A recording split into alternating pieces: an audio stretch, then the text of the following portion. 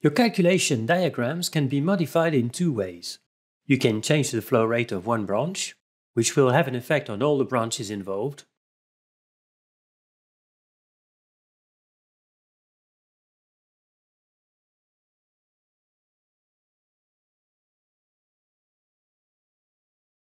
Or you can change a calculation variable such as velocity, increase coefficient, or simultaneity coefficient. In this case, only the selected text will be updated.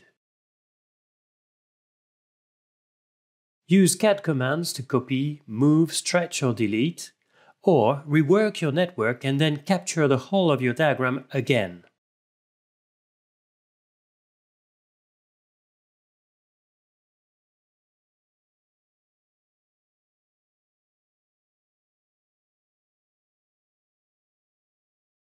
Note that when you add a new branch that is not yet included in the global calculation, it will appear in orange by default.